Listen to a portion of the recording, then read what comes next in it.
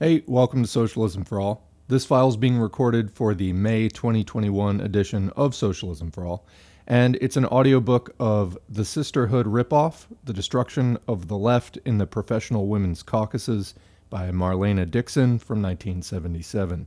If you like this video, please click like and subscribe, and consider supporting us on Patreon. There's a link to Patreon in the video description. Okay, so this is an audiobook of The Sisterhood Ripoff, and before we get into the text, there is a note here. It says, while specifically concerned with women's caucuses, the following article is applicable to any progressive movement within the petty bourgeoisie. This was an address given as part of the Women's Studies in Sociology Colloquium Series, York University, March 13, 1975, Downsview, Ontario, and published in the Bulletin of Women in Canadian Sociology, Volume 11, Number 2, April 1975. Thanks as usual to Marxist's Internet Archive at marxists.org for hosting this file and thousands of other free Marxist texts. Please go check them out. They have tons of interesting and useful stuff. Okay, let's get into the text.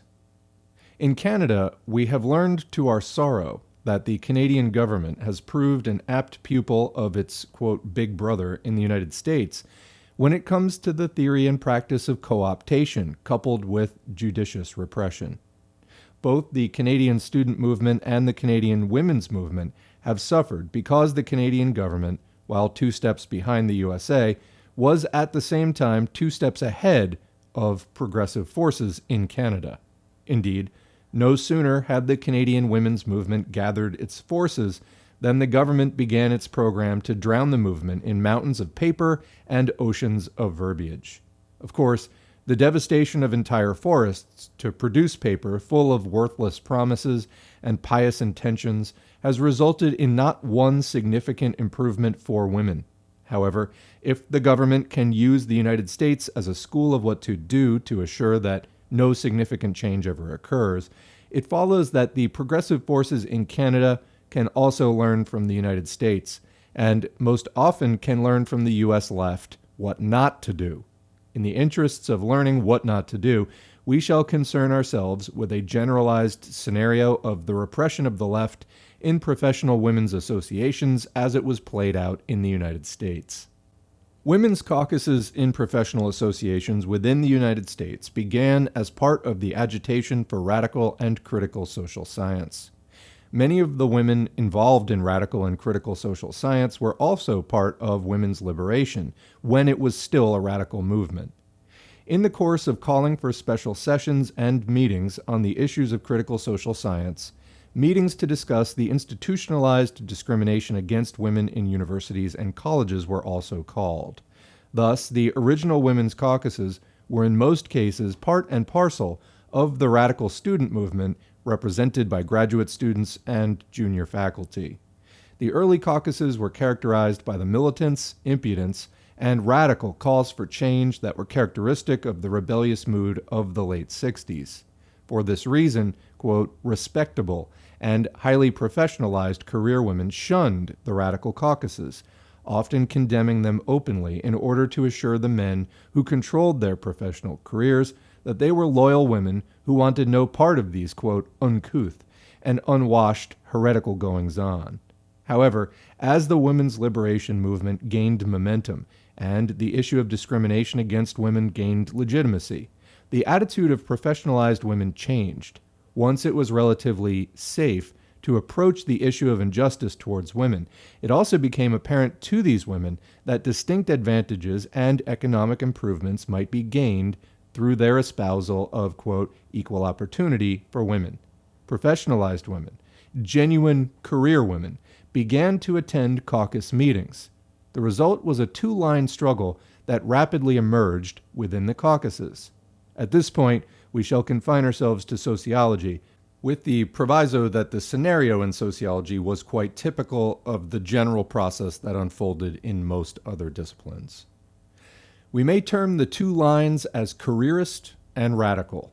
The careerist line was essentially a call for economism, that is, to limit agitation and demands to career and salary issues, or equal opportunity.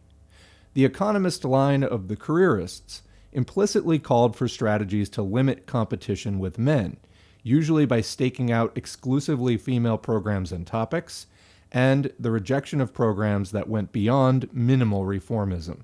Calls to combat discrimination were coupled with a heavy ideological emphasis upon, quote, sisterhood. In this context, sisterhood functioned very much like nationalism does for a national minority. That is, this appeal called for the unity of women essentially as a status group, in the sense that all women had womantude in common. The result of the status group approach was to blur class lines and real conflict of interest and ideology, with disastrous results for the left, as we shall see. The radicals were actually a much more heterogeneous group than the careerists.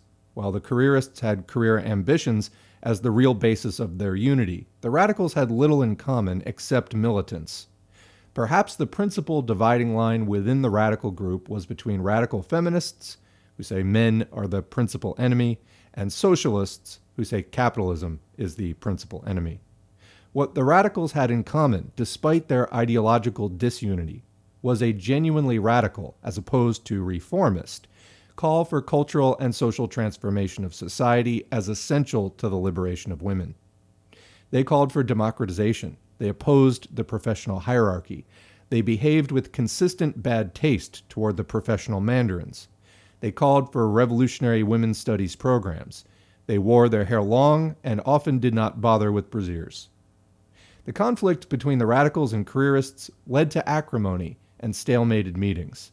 At the same time, the antics of the radicals were a constant threat to the image of the careerists, who feared being identified with the radical activists. Attempts to use sisterhood as a means to get the radicals to change their ways and accept leadership from the careerists were met with denunciations of elitism from the radical feminists and reactionary from the socialists. The failure of the careerists to establish control over the original radical women's caucuses led them to form their own organization, Sociologists for Women in Society, SWS. The formation of the careerist SWS spelled the defeat of the left and the formulation of the oppression of women in purely economist and reformist terms. The formation of the SWS along liberal reformist lines opened up communication with the professional oligarchy. Indeed, the corporate liberal oligarchs were eager to deal with the careerists as a means of containing the radical threat posed by the earlier women's caucuses and their repellent connections with the radical student movement. The careerists were the sort of people the oligarchs could deal with, quote, reasonable reformers, amenable to, quote, rational debate. In other words, the professional oligarchs could feel confident that the careerists would settle for minor concessions, relatively meaningless reforms, pious declarations of support, and other cheap variations on tokenism, delay, and the avoidance of any significant change. In short, the rational and reasonable careerists were manageable. The, quote, recognition and minor concessions granted to the SWS were touted as proof that liberal reformist and decorous academic styles were superior strategically, that they, quote, produced results. Comment by S4A, Hillary Clinton's going through my mind right now when she said, I'm a progressive, no you're not, who gets results, not the kind of results we want. Continuing. This undercut the position of the radicals, who could be charged with, quote, irresponsibility and unwitting sabotage with their uncouth manners and, quote, unrealistic demands. Comment, this really sounds exactly like the whole Hillary versus Bernie thing, doesn't it? And I wonder if some of these, values from the second wave feminist struggles didn't just get directly transplanted and replayed again. Okay, continuing. With the radicals frozen out by the collusion between SWS and the male-dominated professional leadership, it became possible to define women's agitation along strictly professional and reformist lines. The scenario played out in the profession also took place within individual colleges and universities, particularly around women's studies programs. Usually, women's studies programs arose as a demand of women's liberation, as the women's arm of the student movement for democratization and reform of the university. Where that was the case, the women students fighting for women's studies wished for an organization, curriculum, and staff that reflected the progressive demands of the student movement. Early women's studies programs tended to bring in staff who were progressive.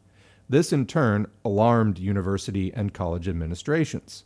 The result was a dual tactic of financial strangulation and staff purges until a highly professional staff could replace the progressives and a professional curriculum and organization could replace the early innovating programs. Careerists were as eager for this event as were university administrations because women's studies under careerist control provided an area free from male competition.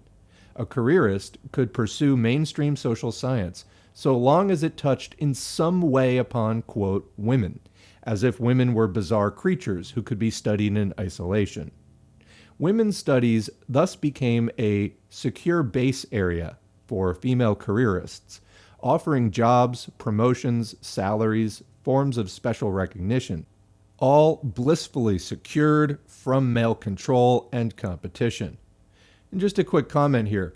The male control and competition were real problems and continue to be today. I say were because at this time, this was the first organized confrontation of that. And it did have an effect that has changed the standards somewhat from today. Although this is the late 70s, you see backsliding in the 80s, it's definitely a back and forth process. Anyway, the point being, this is a real problem that was being faced. But between the careerists, they're kind of just out for themselves. And, they're willing to sacrifice systemic change in favor of just getting themselves a job and really not changing the fact of male control. Whereas the radicals want to change the system. That's really what we're looking at here. Okay, continuing. Equally, the radical women's liberationists who posed a threat to professional careerism were also safely driven out of the careerists' new compound. The fact that these very same radicals had taken the risks, fought the battles, and organized the movement, which the careerists now so eagerly exploited, became a forbidden topic. The careerists pretended that the, quote, man-hating crazies and the, quote, wild-eyed radicals had simply been an impediment to the progress of professional women. What bitterness it still invokes. Professionalized career women who had virulently attacked the early agitation, now flocking greedily to devour the spoils and destroy the women who had set the table and spread the feast. There's a footnote there. The author, it should go without saying, is not referring to those women who have consistently stood for genuine women's studies and other progressive action to ameliorate the devastating effects of institutionalized discrimination against women.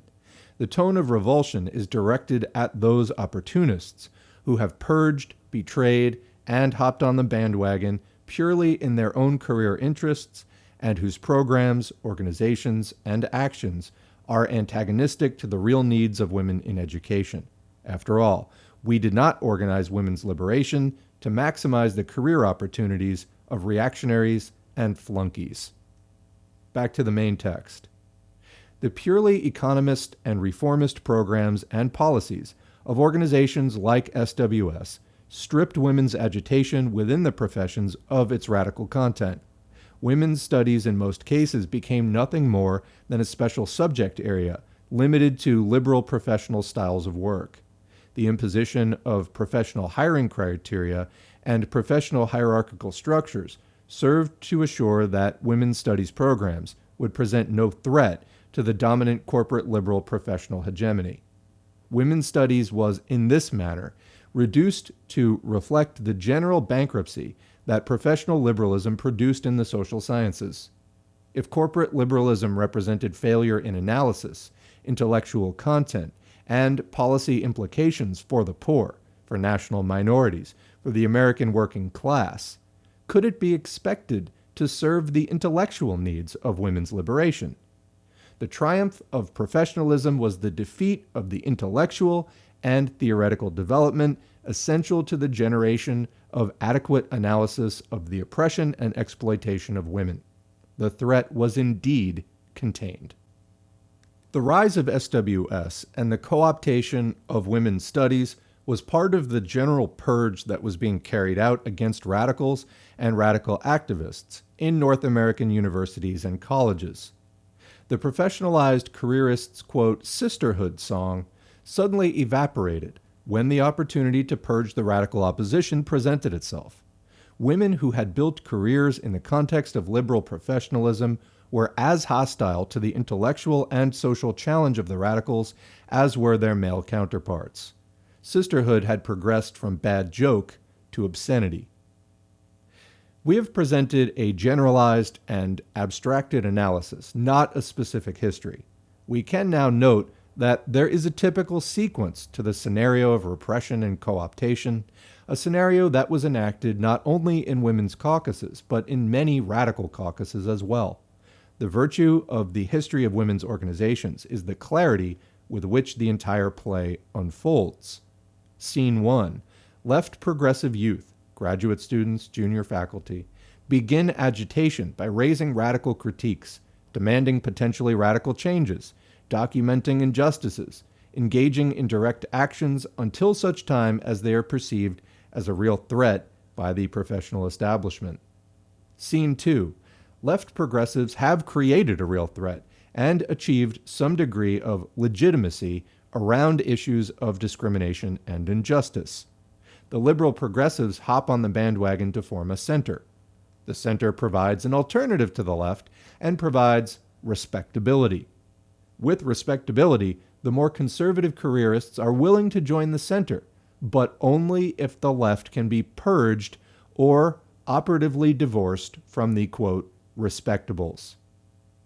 Comment, before we get to the later scenes here, does this sound exactly like what has been going on in the Democratic Party?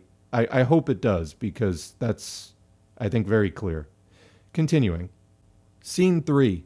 The center, meaning progressive liberals, and right, conservative careerists, form a separate organization. The organization solves the problem of control by organizing itself along professional hierarchical lines. Compare the many critiques of elitism being raised against the SWS. The left may join, as rank and file, the center-right coalition organization, but its undemocratic structure and behind-the-scenes decision-making assures that the left will remain an impotent opposition, no more than a general annoyance at plenary meetings. Scene 4. With the center-right coalition firmly in control of the new organization, the redefinition of women's struggle is effectively and publicly carried through. Equal opportunity and a respectable professional image dominate the organization. It is now possible for the leadership of the center-right organization to carry out an attack against the legitimacy of the original left progressive agitators. The left progressives are presented as unprofessional, incompetent, irresponsible. Then the attack escalates. The progressives are not only unprofessional, incompetent, and irresponsible, they're also communists, disruptors, man-haters, lesbians, dominating, male-identified, castrating maniacs. The result of these assaults is to provoke the left progressives, those who have been foolish enough even to remain in such an organization, to shrill defense and counter-denunciation. The outcome is the increasing isolation of the remaining left progressives. I'm debating whether to go on to scene 5, commenting here. This is so still the Democratic Party of today. The people who went through these struggles in the 60s and 70s, these are still the people who control the party, and this is still the playbook. And I just want to repeat what she says here about those left progressives who have been foolish enough even to remain in such an organization by what she is calling scene 4. They're just being provoked and taunted at this point. All right, continuing. Scene 5. The center-right coalition is acceptable to the professional, male-dominated establishment and to university administrations. It is even happily embraced by federal agencies and funding sources. The left progressives are frozen out and starved for funds and recognition. The stage is now set for co-optation as negotiations are undertaken between the establishment and the center-right organization. Scene 6. The result of the negotiations between the center-right organization and the professional establishment are a series of co-optive minor concessions and token representation, covered by a great deal of hypocritical, liberal, high-flown verbiage about justice and equal opportunity and equality. Close analysis will show that most of the concessions are in fact career rewards to the leadership of the center-right organization, the payoff for their effective containment of the radical threat. These concessions are paraded as successes and touted as signs of better things yet to come under the leadership of the center-right organization. These, quote, victories serve to validate the center-right leadership for the trusting rank and file, who are in most cases sincere liberals, which by definition means that they are completely incompetent politicians. As a result, the remnants of the left still hanging in are further discredited. The center-right leadership is now able to argue that the left progressives actually jeopardize the hopes of equal opportunity gains, which the center-right leadership promises will result from their ability to negotiate or reason together with the professional establishment. Scene 7. The left is by now completely defeated. However, the center has gone down with the left. The legitimacy of the center rested upon their role as an alternative to the radical threat. During the period of respectability and negotiation, scenes 3 to 6, the establishment, university administrations, and government agencies have been busily promoting the right wing of the organization into payoff positions of influence and prestige. This undermines the progressive liberal center. With the purging of the left, the right no longer needs the center, which now shifts into opposition. The center, which participated in the destruction of the left, now becomes, operatively, the left. Quick comment, this is all of U.S. current politics in a nutshell. There is no left, the center is treated as the left, the right wing is treated as the reasonable center, etc., etc. This is so accurate. This is just such an unsung document. This is really, really a good breakdown. Continuing. And again, this is 1977. We knew this then. Stop failing with these same mistakes. We got to learn from this. Continuing, for real. The center, which participated in the destruction of the left, now becomes operatively the left. After a road of betrayal and self-promotion, the, quote, virtuous center now assumes the martyrdom of truth, goodness, and beauty. Scene 8. We have now arrived at the present. Equal opportunity for women is respectable. The radical threat is contained. The right leadership keeps it contained. For like George Meany, if they cannot keep the troops in line, they will lose their payoffs. The rank and file withers away in a state of apathy and general disillusion, although like all liberals, they cannot understand what happened and why the fine days of sisterhood have passed away. Corporate liberal professional hegemony is safe from radical and from female attack. The, quote, professional reformers carry out, quote, negotiations with various interested establishments and occasionally bother to report progress and to make, quote, promises to a listless rank and file. The professional association, the profession, the university administration remain oppressive and male-dominated, studded with a black or female token here and there. Nothing has changed. Quote, reformism has triumphed again. Paternalism is replaced by maternalism, and the republic and the profession are safe from the unwashed masses. One must point out that the defeat of the left, which was never marked by political or ideological coherence, has been greatly facilitated by both the illusions of sisterhood and, quote, radical feminist politics. The ideology of sisterhood in many cases was successfully manipulated to contain real criticism or a real challenge to the political maneuverings of the center-right coalition. The self-interested careerist motivations of these women were effectively blurred by the assumption of unity and sisterhood. Sisterhood, combined with the radical feminist phobia against men in general, led the non-socialist left into alliances with the center, often together against the male-dominated female left. The irony, of course, is that the simple-minded politics of the radical feminists made them easy prey to the center-right coalition that was in fact selling out the real interests of women in return for rewards from the male-dominated establishment. The radical feminists made it easy for the center-right coalition to claim the ability to control the radicals, and the ability to control the radicals was the only bargaining power that the center-right reformist coalition had. Their payoffs were dependent upon their perceived ability to, quote, keep the women in line. Such is the sorry history of the radical women's caucuses. We are left without real gains for the equality of women. We are left without an intellectual enterprise capable truly of analyzing the oppression and exploitation of women. We are left without a left. The universities and women are back in 1952. The lessons are certainly clear. Liberalism and reformism hold out no hope to women, nor any hope to any oppressed and exploited sector of North American society.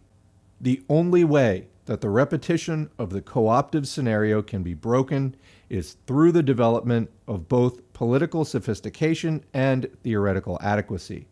This requires that the left be a genuine left, that it be organized, that it be founded on a basis of ideological, analytical, and organizational unity. The purge of the U.S. universities has been so devastating that it is unlikely that recovery is possible in the near future. Canada may yet remain in question.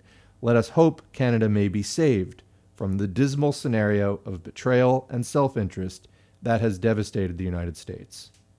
And that's the end of the audiobook. I'm in the United States. Comrades in Canada, is this the case, or were Canadian radical academics able to turn it around? I don't know. Let us know in the comments. But I want to highlight something before I sign off from this video, which again, I really applaud this. And this is not the first Marlene Dixon audiobook I've done. I think I've done 3 previously. I think she is a really interesting voice who is underappreciated. She had a somewhat controversial history in the organizations that she ran. Perhaps organization management was not her strength. However, as an intellectual, as a theorist, I think that she has a lot to say. So what I wanted to quote here is when she says, "Scene 8, we have now arrived at the present." This was 1977, I want to reemphasize. All of this had already happened, was already known, and this is, we're arriving at the doorstep of the neoliberal counter-revolution. The neoliberal push was, just starting to come into place. And, this is the process, detailed step by step, how when you try to work in these institutions, how they co-opt you, how they neuter you, how they silence you, just, how they discard you. This is all the breakdown anyone should ever need. And this is basically, for those of us who were born in the 70s, 80s, 90s, and beyond, this is the world we inherited. This had already happened at this point, or was happening. So anyway, we'll be doing some more Marlene Dixon audiobooks, along with the roster of everybody else we're doing audiobooks of. Thanks to our current patrons, whose names are on the screen. If you'd like to get your name on the screen, head to patreon.com/socialismforall. You can sign up for as little as $2 a month. If that's not your cup of tea, you can always help out by spreading the videos, particularly onto Facebook, where we don't have any presence right now. If you join some socialist groups on Facebook, share the videos in. They're usually pretty well received, and that's a target audience of hundreds or thousands of people who are interested, and it's been a good driver of growth for the channel. If you don't want to do that, just liking, subscribing, and leaving a comment also helps to boost it. We thank you for whatever your level of involvement and whatever you're doing in your community.